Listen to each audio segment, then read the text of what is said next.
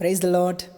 Week 12 of journey with Jesus వీక్షిస్తున్న మీ అందరికీ మన ప్రభు అయిన యేసుక్రీస్తు వారి నామములో వందనాలు తెలియజేస్తూ ఉన్నాను. మీరంతా కలిసి నాతో పాటు ఈ యొక్క పరిచర్యలో, ఈ యొక్క ఆరాధనలో పాల్గొంటూ మనం ఇంకా ఆత్మీయంగా బలపడుతున్నామని, ప్రార్థన జీవితంలో బలపడుతున్నామని, దేవునికి ఆ యొక్క సాన్నిహిత్యమైన జీవితాన్ని మనం అంతా కలిసి జీవించగలుగుతున్నామని ఆశిస్తున్నాను. ఇంకనూ మనం బలపడాలని, ఈ యొక్క పరిచర్యను ముందుకు తీసుకెళ్లాలని మనం ప్రార్థన చేద్దాం. ఈ వీక్ 12 ప్రేయర్ని మనము ప్రార్థనతో స్టార్ట్ చేసుకుందాం. మా తండ్రి, గొప్ప దేవా, నీకే వందనాలు, స్తోత్రాలు తండ్రి. గడిచిన కాలమంతా మమ్మల్ని కాచి నీ రెక్కల కింద భద్రపరిచినందుకు నీకే వందనాలు ప్రభా. ఈ యొక్క పరిచర్యను ప్రభానైనా ఆగిపోకుండా ముందుకు సాగిస్తున్నందుకు నీకే వందనాలు దేవా. ప్రభా, మమ్మల్ని అందరినీ ప్రభానైనా నీ యొక్క వాక్యం అనే ఖడ్గము చేత ప్రభానైనా మమ్మల్ని దినదినం అభివృద్ధి పరుస్తున్నందుకు నీకే వందనాలు. మమ్మల్ని ఇంకను బలపరచండి. రాకడ దినాల్లో మేము ఉన్నాము. అతి త్వరలో ప్రభానైనా ఈ యొక్క రాకడ రాబోతున్నది. మేమంతా ప్రభానైనా సిద్ధంగా ఉండాలి. ప్రభానైనా వాక్యం అనే దట్టి ప్రార్థననే ఆ యొక్క ఆయుధం పట్టుకుని ప్రభానైనా మేము నాయన ఈ లోకంలో ఉన్న సాతాను ఆటంకముల నుండి ప్రభానైనా మేము నాయన పోటీ చేయడానికి, వాటితో యుద్ధం చేయడానికి మాకు సహాయము దయచేయండి. లోకంలో ఉన్న వాటిపై మేము పడిపోకుండా ప్రభానైనా, లోకంలో ఉన్న దుష్ట శక్తులకు ప్రభాన మేము అవకాశం ఇవ్వకుండా, లోకంలో ఉన్న ప్రభానైనా దురలవాట్లకు మేము అలవాట్లకు ప్రభానైనా మేము చోటు ఇవ్వకుండా నాయన నీకు మాత్రం మేము ఎక్కువ ప్రాముఖ్యత ఇవ్వడానికి సహాయం దయచేయండి. నాయన మాతో పాటు ఈ యొక్క పరిచర్యలో పాల్గొంటున్న కొద్ది మందిని ప్రభానైనా అనేక మందిని దీవించి ఆశీర్వదించండి. ఈ యొక్క పరిచర్యను ఇంకనూ ప్రభబలంగా వాడుకోండి తండ్రి. నన్ను బలపరచండి దేవ. ఈ యొక్క ప్రయాణంలో ప్రభానైనా నీ కొరకు ఇంకా తెలుసుకున్నట్టుకు, నీ కొరకు ఇంకా నాయన నేర్చుకున్నట్టుకు, ఆ యొక్క లోతైన మర్మాలను గ్రహించడానికి అనేక మందికి ప్రభానైనా గొప్ప పాత్రగా ప్రభానైనా వాడుకోండి తండ్రి. ఏమాత్రం అర్హత మాలో లేనప్పటికీ నాయన ఇటు రీతిగా మమ్మల్ని ఉంచినందుకు నీకే వందనాలు, స్తోత్రాలు. మమ్మల్ని ఇంకను బలపరచండి. ఈ యొక్క ఆరాధన అంతటినీ ప్రభానైనా నీకు జయకరంగా ప్రభానైనా జరిగించుకోండి తండ్రి. అంతం వరకు ప్రభా నీ యొక్క ఆత్మశక్తిని, బలమును దయచేసి కృపచేత నింపమని నజరుడైన యేసుక్రీస్తు నామంలో అడిగి వేడుకొంచున్నాం తండ్రి, ఆమేన్. చిన్న పాట పాడుకుని మనము దేవుణ్ణి ఆరాధించుకుందాం. గొర్రె పిల్ల రక్తములో కడుగబడిన వారి పరిశుద్ధులు, పరిశుద్ధుడా యేసయ్య నన్ను శుద్ధి చేయమయ్యా, నన్ను శుద్ధి చేయమని ఈ యొక్క పాట పాడుకొంచు ఆ యొక్క గొర్రె పిల్ల రక్తములో మనము కడగబడదాం.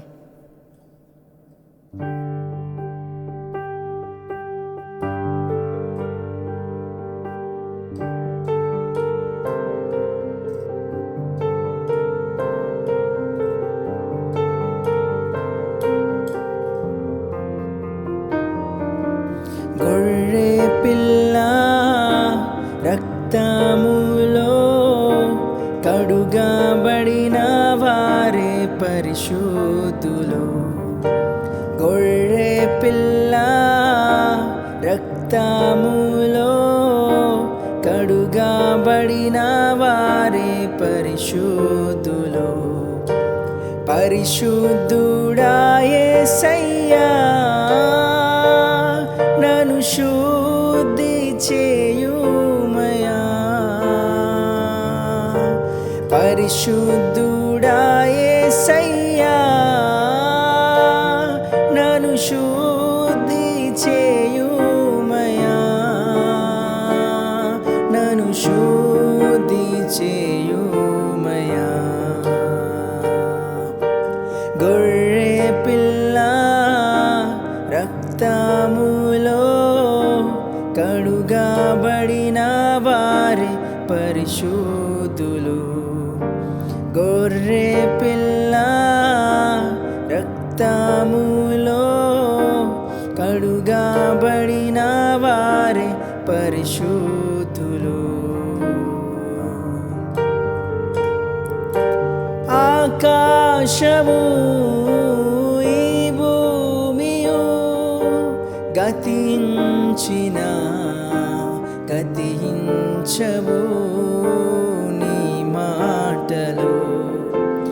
ఆకాశము ఈ భూమియు గతించిన గతించవు నీ మాటలు. శాశ్వతమైనది నీ రాజ్యము, శాశ్వతమైనది నీ రాజ్యము. ఆ రాజ్యములో నన్ను చేర్చుమయా యేసయ్యా. గొర్రె పిల్ల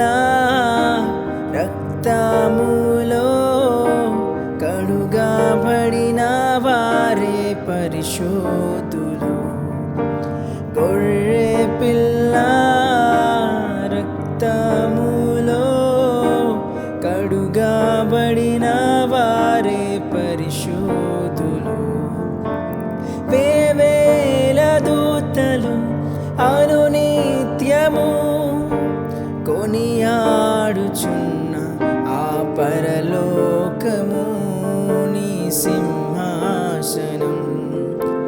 వేవేల దూతలు అనునిత్యము కొనియాడుచున్న ఆ పరలోకము నీ సింహాసనం.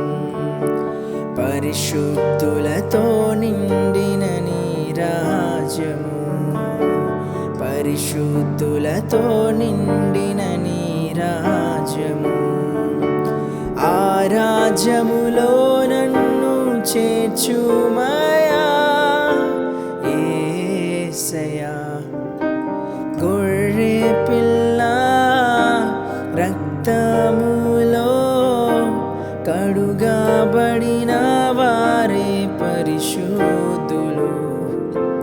గొర్రె పిల్ల రక్తములో కడుగబడిన వారే పరిశుద్ధులు. పరిశుద్ధుడా యేసయ్యా,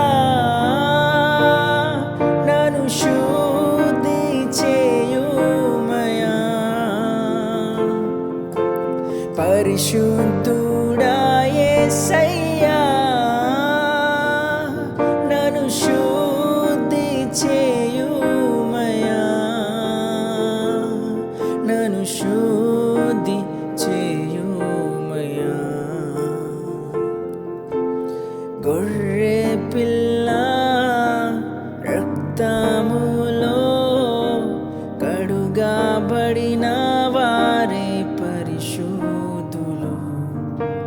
గొర్రె పిల్ల రక్తములో కడుగబడిన వారే పరిశుద్ధులు. మా యేసయ్య నీకే వందనాలు. మమ్మల్ని ఇంతవరకు నడిపించినందుకు నీకే వందనాలయ్యా. ఆటంకాల నుండి ఆపదల నుండి మమ్మల్ని తప్పిస్తున్నందుకు నీకే వందనాలు. నీ రుణము నీ యొక్క మేలును ప్రభువా నాయన మేమేమి మర్చిపోలేము తండ్రి.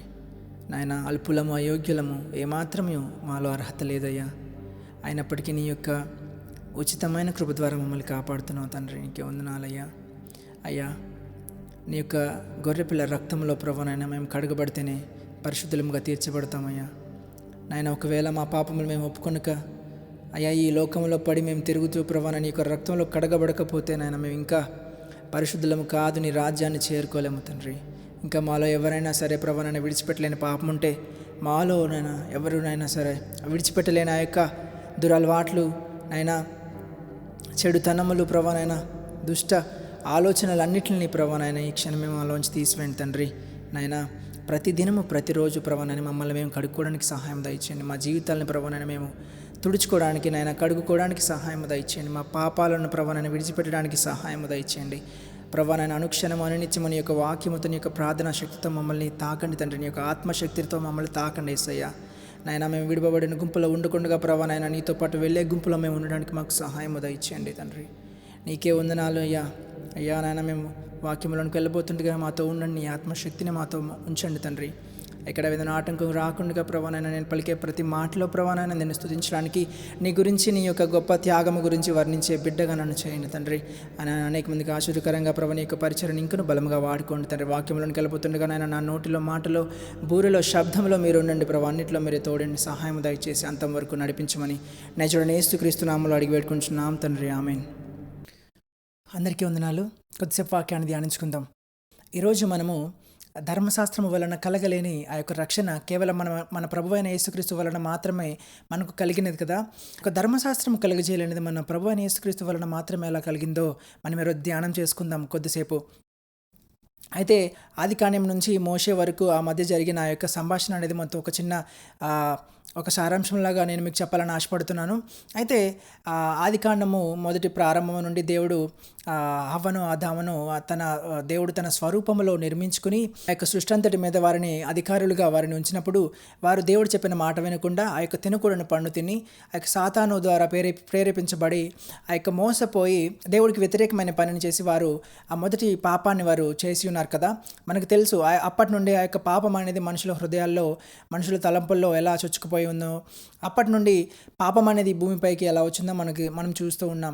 అయితే ఆదికాండం 5వ అధ్యాయము 6వ వచనంలో ఇటు రీతిగా సెలవిస్తున్నది కదా, మనుషుల హృదయాలు, మనుషుల తలంపులు, మనుషుల ఆలోచనలు చెడ్డవిగా ఉన్నవని నేను చూచి ఉన్నాను, ఎల్లప్పుడూ చెడ్డవిగా ఉన్నవని.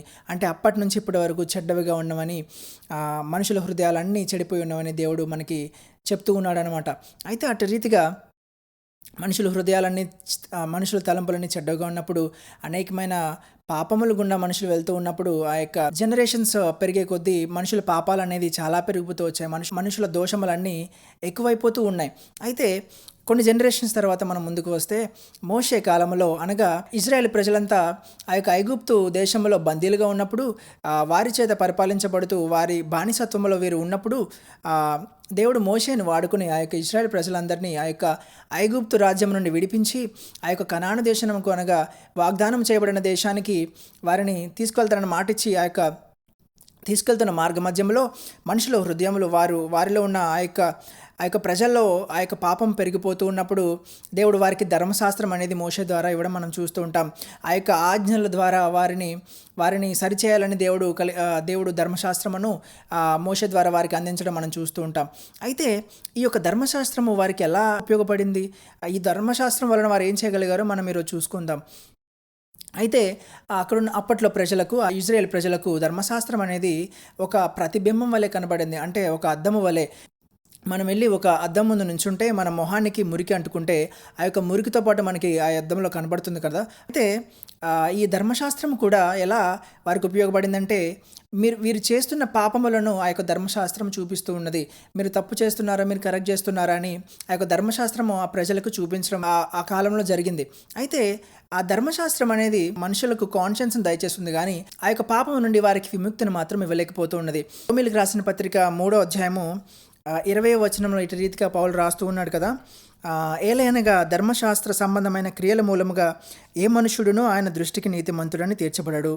ధర్మశాస్త్రము వలన పాపం అనగా ఎట్టిదో తెలియబడుచున్నది.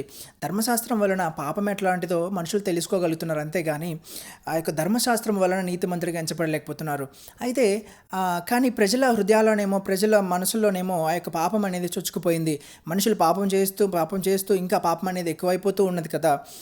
దేవుణ్ణి వ్యతిరేకించడం, దేవునికి ఎదురు తిరగడం, అలాంటి పాపములు ఎన్నో చేస్తూ ఉన్నప్పుడు ఆ యొక్క ధర్మశాస్త్రం అనేది వారికి ఆ యొక్క పాపములను చూపించగలుగుతుంది, కానీ ఆ పాపముల నుండి వారికి ఆ యొక్క విముక్తి కలగజేయలేకపోతుంది. అంటే ఆ యొక్క సమయంలో వారి పాపములు పోవాలంటే, వారి హృదయంలో చొచ్చుకున్న ఆ యొక్క పాపం పోవాలంటే ఏం జరగాలి? బలి జరగాలి, రక్తం చిందింపబడాలి. రక్తం చిందింపబడితేనే ఆ యొక్క పాపానికి అనేది ప్రాయశ్చిత్తం దక్కుతుంది కదా. హెబ్రీయులకు రాసిన పత్రిక 9వ అధ్యాయము 22వ వచనంలో ఇటు రీతిగా చెప్తూ ఉన్నాను అనమాట. మరియు ధర్మశాస్త్ర ప్రకారము సమస్త వస్తువులను రక్తము చేత శుద్ధి చేయబడిననియు, రక్తము చిందింపకుండా పాపక్షమాపణ కలుగుదనియు సామాన్యంగా చెప్పవచ్చును. ఇక్కడ వాక్యం మనకు తెలియజేస్తుంది ఏంటంటే, పాపం పోవాలంటే రక్తం చిందింపబడాలి. రక్తము చిందింపబడకుండా ఆ యొక్క పాపం అనేది, ఆ యొక్క పాపానికి ప్రాయశ్చిత్తం అనేది దక్కదని మనకి వాక్యం తెలియజేస్తున్నది. అయితే అప్పట్లో ఈ యొక్క ప్రాయశ్చిత్తం అంటే పాప బలియాగం ఎలా జరిగేదంటే, 2 జీవులను అంటే 2 మేకలను తీసుకుని, ఒక మేకను వధించి దాని రక్తము ద్వారా ప్రాయశ్చిత్తం పొందుతూ ఉండేవారు. అలాగే మరొక మేకను తీసుకుని ఆ ప్రధాన యాజకుడు తన 2 చేతులు దానిపై మోపి, ఇజ్రాయేలు ప్రజలందరి పాపమంతా దానిపై మోపుచున్నానని చెప్పి ఆ మేకను వారు అడవిలోనికి వదిలివేస్తారనమాట. అట్టి రీతిగా ఆ రోజుల్లో ఆ బలియాగం అనేది, ఆ యొక్క పాప బలియాగ ప్రాయశ్చిత్తం అనేది జరుగుతూ ఉండేది. అయితే ఇక్కడ మనం చూసుకుంటున్నట్లయితే ఈ యొక్క బలియాగము, ఈ యొక్క పనులన్నీ మనలను క్రీస్తునకు దగ్గరగా తీసుకువెళ్తూ ఉంటాయన్నమాట. అయితే ఆది కాండంలో పాపం జరిగినప్పుడే దేవుడు మనకు వాగ్దానం ఇచ్చాడు.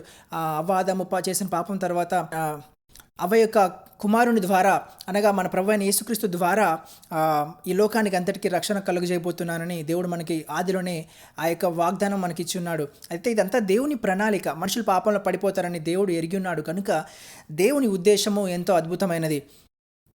అయితే అటు రీతిగా బలులు అర్పిస్తూ ఉన్నప్పుడు మనము ఆ బలులు అర్పించే రీతిని మనం జ్ఞాపకం చేసుకుంటే, వారు తీసుకున్న బలియాగముగా తీసుకున్న ఆ జీవులు ఎలా ఉండే అంటే చాలా ప్యూర్గా ఉండాలన్నమాట. వాటిపై ఏ మచ్చ ఉండకూడదు, ఏ యొక్క రోగము, ఏ యొక్క వ్యాధి ఆ యొక్క జీవులకు ఉండకూడదు. అటు రీతిగానే మన ప్రభువైన యేసుక్రీస్తు వారిని మనం చూసుకున్నట్లయితే ఆయనకు ఏ విధమైన మచ్చ లేదు, ఏ విధమైన పాపము తనలో లేదు. నాలో పాపం ఉన్నదని మీలో ఎవరైనా నిరూపించనని దేవుడు యేసు ప్రభు వారు మనకు చెప్పడం చూస్తూ ఉంటాం కదా. అట్టి రీతిగానే ఏ యొక్క పాపము, ఏ యొక్క మచ్చ, ఏ యొక్క మలినము లేని మన పరిశుద్ధుడైన యేసుక్రీస్తు ప్రభువారి రక్తము ద్వారా మనకి రక్షణ కలుగజేయాలని మన తండ్రి అయిన దేవుని ఉద్దేశం అనమాట. అయితే అప్పట్లో ప్రజలు ఇట్లా రీతిగానే వారు పాపం చేసిన తర్వాత ఈ బలియాగం ఇవ్వడము, అలాగే మరలా పాపం చేయడం, ఈ యొక్క రిపీటెడ్నెస్ అనేది పెరుగుతూ ఉండేదన్నమాట. పాపం చేయడం, బలియాగం ఇవ్వడం, పాపం చేయడం, బలి ఇవ్వడం అనేది అలా వెళ్తూ ఉంటుందన్నమాట. అయితే దేవుడి ప్రణాళిక ప్రకారం ఈ యొక్క పాపానికి నిజంగా విముక్తి కలగాలంటే, నిజమైన రక్షణ మనకు కలగాలంటే, నిజమైన ఆ యొక్క పాపము నుండి ప్రాయశ్చిత్తం కలగాలంటే దేవుని కుమారుడే తన ప్రాణమును అర్పించి, తన రక్తమును చిందించి లోకమంతటి పాపాన్ని తుడిచివేయాలి. అదే మన తండ్రి అయిన దేవుని యొక్క ప్రణాళిక అనమాట. అట్టి రీతిగానే కాలము పరిపూర్ణమైనప్పుడు మన ప్రభువైన యేసుక్రీస్తు వారి ద్వారా ఈ యొక్క యాగము, ఈ యొక్క త్యాగము, ఈ యొక్క ప్రాయశ్చిత్త బలియాగం అనేది జరగడం మనం చూస్తూ ఉంటాం. హెబ్రీయులకు రాసిన పత్రిక 10వ అధ్యాయము 12వ వచనంలో, ఈయనైతే పాపముల నిమిత్తమై సదాకాలము నిలుచు ఒక్క బలిని అర్పించి. ఇక్కడ మనం చాలా జాగ్రత్తగా ఆలోచించాలి. ఇశ్రాయేల్ ప్రజలు కానీ వారి పాపములను ఎలా తుడుచుకునేవారండి? ఆ యొక్క బలిని అర్పించి వారు ఆ యొక్క జీవులను వధించి వారి పాపములను ఉండి ప్రాయశ్చిత్తం పొందుతూ ఉండేవారు. అట్లా రిపీటెడ్గా జరుగుతూ ఉండేదన్నమాట. కానీ ఇవన్నీ మనల్ని ఎక్కడ నడిపిస్తున్నాయంటే మనుషుల పాపములన్నింటినీ ఒకేసారి కడిగివేయడానికి, ఒకేసారి మనందరి పాపముల నిమిత్తము ఒక్కటే బలి అర్పించాలని తండ్రి అయిన దేవుడి ఉద్దేశము, తండ్రి అయిన దేవుడి ప్రణాళిక అనమాట. ఇక్కడ చెప్పబడిన రీతిగా ఈయనైతే పాపముల నిమిత్తమై సదాకాలము నిలుచు ఒక్క బలిని అర్పించను అని చెప్తూ ఉన్నమాట. అంటే రిపీటెడ్గా ఉన్న బలులు కాదు, ఒక్కసారే బలి అర్పించి సదాకాలము నిలుస్తున్నది ఈ యొక్క బలి అనేది. మన ప్రభువైన యేసుక్రీస్తు వారి యొక్క త్యాగం అనేది, ఆ యొక్క అర్పణ అనేది సదాకాలం నిలుస్తుంది. అప్పటి నుండి ఇప్పటి వరకు, అంటే యేసుక్రీస్తు ప్రభు వారు మరణించిన తర్వాత నుండి, ఆ యొక్క బలి అయిన తర్వాత నుండి ఇప్పుడున్న మన వరకు కూడా ఆ యొక్క బలి అనేది సదాకాలము చెల్లుతూ ఉన్నదనమాట. అప్పుడెప్పుడో యేసుక్రీస్తు ప్రభు వారు చనిపోతే ఇప్పుడు మన పాపముల కొరకు విముక్తి కలవడం ఏంటని మనకి అప్పుడప్పుడు కొన్ని ప్రశ్నలు మన మైండ్లో రేజ్ అవుతూ ఉంటాయి. కాదు, ఇక్కడ వాక్యం చెప్తూ ఉన్నది కదా, సదాకాలము నిలుచు బలి, సదాకాలము మనకు ఆ బలి నిలుస్తూ ఉన్నదనమాట. ఆ యొక్క బలి ద్వారా, ఆ యొక్క రక్తము చిందించడం వలన మనం ఇప్పటి వరకు చేసిన పాపములు అన్నిటి నుండి విముక్తి కలుగుతుంది. అయితే ఎప్పుడు విముక్తి కలుగుతుంది? మనము ఆయనను అంగీకరించినప్పుడు, మనము యేసుక్రీస్తు ప్రభు వారు నిజమైన దేవుడు అని అంగీకరించినప్పుడు, తన రక్తములో మనము కడుగబడినప్పుడు, మన పాపములను ప్రాయశ్చిత్తము పొందుచు మన పాపములను ఒప్పుకున్నప్పుడు, ఆయన యొక్క ఆత్మను మనము పొందుకున్నప్పుడు మనకు రక్షణ కలుగుతున్నది. అప్పుడు ఆయన రక్తములో మనం కడుగబడతాం. అప్పుడు ఆ జరిగిన బలి మనకి అప్లై అవుతుందన్నమాట. ఎలా అయితే ఇజ్రాయేల్ ప్రజలు ఉన్నప్పుడు ఆ యొక్క బలియాగం చేస్తూ ఉన్నప్పుడు వారి యొక్క పాపములు, వారి యొక్క దోషములు ఆ యొక్క మేకల మీద వధింపబడిందో, మన యొక్క పాపములన్నీ కూడా యేసుక్రీస్తు ప్రభు వారి మీద, ఆయన ఏ పాపము ఏ నేరము చేయలేకపోయినప్పటికీ మన పాపముల నిమిత్తము, మన పాపములు, మన దోషములన్నీ ఆయన భుజం మీద వేసుకుని, ఆయన వాటిని తీసుకుని మన కొరకు బలియాగమై మరణించారు. యెషయా గ్రంథము 53వ అధ్యాయం 6వ వచనంలో ఇటు రీతిగా చెప్తుంది, మనమందరము గొర్రెవలే త్రోవ తప్పిపోతిమి, మనలో ప్రతివాడును తనకిష్టమైన త్రోవకు తొలగెను, యెహోవా మనయందరి దోషమును అతని మీద మోపెను, అతడు దౌర్జన్యము నొందెనని వాక్యం సెలవిస్తున్నది. మన దేవుడు యెషయా ప్రవక్త ద్వారా రాయిస్తున్న ఈ యొక్క ప్రవచనం చూడండి. మనమందరము గొర్రెల వలె త్రోవ తప్పిపోతిమి, మనలో ప్రతివాడును తనకిష్టమైన త్రోవకి తొలగెను, యెహోవా మన అందరి దోషమును అతని మీద మోపెను. మనకి ఇక్కడ వాక్యం సెలవిస్తున్నది ఏంటంటే, మనమంతా త్రోవ తప్పిపోతిమి, మనమంతా పాపం చేసిన వారమైతిమి. మనకు వాక్యం సెలవిస్తున్నది కదా, మనం ఇంకను పాపులమై ఉండగానే క్రీస్తు మన కొరకు మరణించాడని. అలాగే ప్రజలు ఆ ఇచ్చే బలియాగము వలన ఆ యొక్క వారి పాపములను ఆ యొక్క జీవులపై, ఆ యొక్క మేకలపై ఎలాగా మోపుతూ ఉన్నారో, మనందరి పాపములన్నీ మన ప్రభువారు తనకి ఇష్టపూర్వకముగా, మనం చేసింది ఏమీ లేకపోయినా తనకు తానుగా ఈ యొక్క పాపం అంతటిని తన మీద వేసుకున్నారనమాట. ఈ యొక్క పాపం అంతటిని తండ్రి యేసుక్రీస్తు ప్రభు వారి మీద మోపడం మనం చూస్తూ ఉంటాం. ఇక్కడ చెప్పబడిన రీతిగా యెహోవా మన అందరి దోషమును అతని మీద మోపెను, మనందరి దోషాన్ని తండ్రి కుమారుని యేసుక్రీస్తు ప్రభు వారి మీద మోపి ఆ యొక్క బలియాగానికి సిద్ధపరిచారనమాట. అప్పుడు అయితేనే మనకు ఆ రక్షణ కలుగుతుందని. 2 కొరింథీయులకు రాసిన పత్రిక 5వ అధ్యాయం 21వ వచనంలో ఇటు రీతిగా రాస్తూ ఉన్నారు, ఎందుకనగా మనం ఆయన యందు దేవుని నీతి అగునట్లు పాపం మెరుగుని ఆయనను మన కోసము పాపంగా చేసెను. He became sin for us. అంటే పాపము చేసింది మనమైతే పాపిగా ఆయన ఎంచబడ్డాడు. ఎందుకో తెలుసా? మన పాపములను అన్నిటిని తను తీసుకున్నాడనమాట. మనం చేసింది ఏమి లేదు. మనం చేసిన మంచి పనులు ఏమీ లేవు. It is not because of our good works, only because of it's grace. మనం చేసింది ఏమీ లేదు, కానీ తన తన కృప ద్వారా మాత్రమే తనకు తానుగా అర్పించుకున్నాడు అనమాట ఆ యొక్క బలియాగానికి. ఇక్కడ రాస్తున్నట్టుగా ఆయనను మన కోసం పాపంగా చేశాను. మన పాపమును అంతటినీ తుడిచివేయడానికి, మన పాపము మన దోషములన్నిటినీ తుడిచివేయడానికి యేసుక్రీస్తు ప్రభువారు తనంతట తాను మన యొక్క పాపాలన్నిటినీ తనపై మోపుకొని ఒకేసారి సదాకాలం ఉండే బలిని దేవుడు ఆ రోజు అర్పించాడు. కలువరి కొండపై మన కొరకు ప్రాణత్యాగం చేసి మన యొక్క పాపాలన్నిటినీ తుడిచివేశారు. ఇది విన్న మనం ఏం చేయాలి? దేవుణ్ణి అంగీకరించాలి. దేవుని యేసుప్రభు వారిని రక్షకుడిగా అంగీకరించి తను చిందించిన రక్తంలో మనం కడుగబడాలి. తను చిందించిన రక్తంలో మనం కడుగబడిన తర్వాత, మన పాపములను ఒప్పుకున్న తర్వాత, ఆ యొక్క దేవుని ఆత్మను మనం పొందుకున్న తర్వాత ఒక రక్షణ అనేది మనకు కలుగుతున్నది. ఈ వీడియోలు చూస్తున్న మనలో ఎవరైనా సరే ఇంకను నిజరక్షకుడైన యేసుక్రీస్తుని అంగీకరించకపోతే, నిజరక్షకుడైన యేసుక్రీస్తు వారి కోసం తెలియకపోతే, దేవుడి క్షణం మీతో మాట్లాడని ఆశపడుతున్నాడు. ఎందుకంటే నిజమైన రక్షకుడు యేసుక్రీస్తు. ఈ లోకంలో నీ కొరకు ఎవ్వరు ప్రాణం పెట్టలేదు. ఈ లోకంలో ఎవరు నీ కొరకు త్యాగం చేయలేదు. నీ పాపముల నిమిత్తము ఒకేసారి సదాకాలం నిలిచిపోయే బలి ఆయన ఆ రోజు మన కొరకు చేసి ఉన్నారు. ఇది అంగీకరించి మనము ఆయన రక్తంలో కడుగబడితే మనకు నిజమైన రక్షణ దొరుకుతుంది. మరలా ఆయన రాబోతున్నాడు. మరలా రెండవ రాకడలో ఆయన మనలను తీసుకొనడానికి రెడీగా ఉన్నాడు, సిద్ధముగా ఉన్నాడు. మనకు సమయం లేదు. రేపు రక్షణ పొందుతాను, ఎల్లుండి రక్షణ పొందుతానంటే మనకు సమయం లేదు.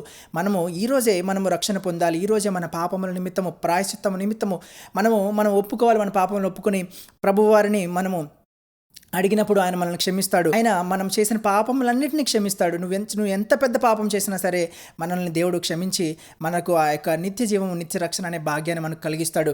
ఈ వాక్యం వింటున్న మీలో ఎవరైనా సరే మనలో ఇంకనూ రక్షింపబడకపోతే ఈ క్షణమే మనము ప్రార్థన చేసుకుని మన యొక్క పాపములను ఒప్పుకొని దేవుని సన్నిధికి చేరదాం. దేవుని ఇచ్చిన గొప్ప రక్షణను, భాగ్యాన్ని మనం పొందుకుందాం. అతి త్వరలో రానైన ఆ యొక్క రాకడలో మనమంతా పాత్రులుగా దేవునితో కలిసి నివసిద్దాం.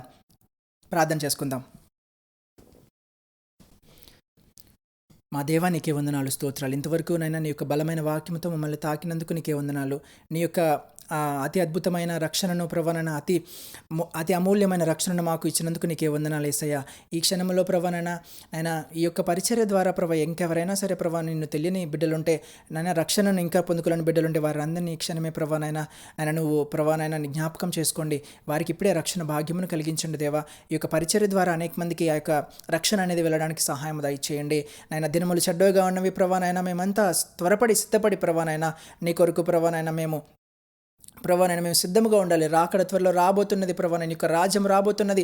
మేమంతా సిద్ధపడి నీ కొరకు ముందుకు బలముగా మేము సిద్ధపడి ఉండడానికి సహాయము దయచేయండి. మమ్మల్ని కృప చేత నింపండి తండ్రి. నీ యొక్క కృప మాకు నిత్యము తోడుగా ఉంచండి తండ్రి. ఇంకను రక్షణ పొందలేని వారికి రక్షణ వెళ్ళలాగా నీ పరిచర్యను వాడుకోండి. నీ యొక్క శిలువ యాగము మా కొరకే అని ప్రతి ఒక్కరు అంగీకరించి నిన్ను రక్షకునిగా స్వీకరించడానికి సహాయము దయచేయండి. మమ్మల్ని అందరినీ బలపరచండి దేవా. నీ యొక్క ఆత్మశక్తితో మమ్మల్ని నింపండి. నీ యొక్క ఆత్మబలంతో నింపండి తండ్రి. ఎటువంటి ఆటంకం రాకుండా ముందుకు నడిపిస్తున్నందుకు నీకే వందనాలు యేసయ్యా. నాలో నీ యొక్క ఆత్మను నింపి బలపరచండి. నీ యొక్క వాక్య మర్మాలను మేము ఇంకా గ్రహించడానికి మాకు అవకాశం దయచేయండి. మాలో ఎటువంటి తెలివితేటల యొక్క మారో ఎటువంటి యోగ్యత లేదయ్యా కేవలం నీ కృప మాత్రమే. మేము చేసిన మంచి పనులు ఏమీ కాదు, కానీ కేవలం నీ విలువైన కృప, నీ ఉచితమైన కృప మాత్రమే వాటి వలన మాత్రమే మేము జీవింపుచున్నాం తండ్రి. మమ్మల్ని అందరినీ బలపరచండి, మా కుటుంబాలను బలపరచండి, మమ్మల్ని ఇంకొన్ని శక్తితో నింపండి తండ్రి. నీ కొరకు బలముగా వాడబడ్డానికి, యవ్వన కాలంలోనే నీ కొరకు గొప్ప పాత్రగా వాడబడ్డానికి సహాయం దయచేయండి తండ్రి. ప్రతి ఒక్కరిని వాడుకోండి దేవా. ప్రతి ఒక్కరిని యొక్క పాత్రలను వాడుకోండి. ప్రతి ఒక్కరిలో నీ యొక్క ఆత్మను నింపండి తండ్రి. నీ శక్తితో నింపండి, మమ్మల్ని నడిపించండి తండ్రి. సాతాను వేస్తున్న ఆటంకములను మేము తప్పించుకోవడానికి మాకు సహాయం దయచేయండి.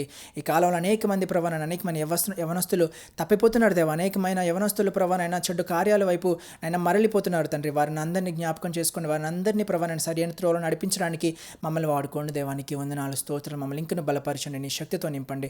అంతము వరకు తోడును నడిపించి బలముతో నింపమని నజరుడైన యేసుక్రీస్తు నామములో అడిగి వేడుకొంచున్నాం తండ్రి. ఆమేన్. అందరికీ వందనాలు.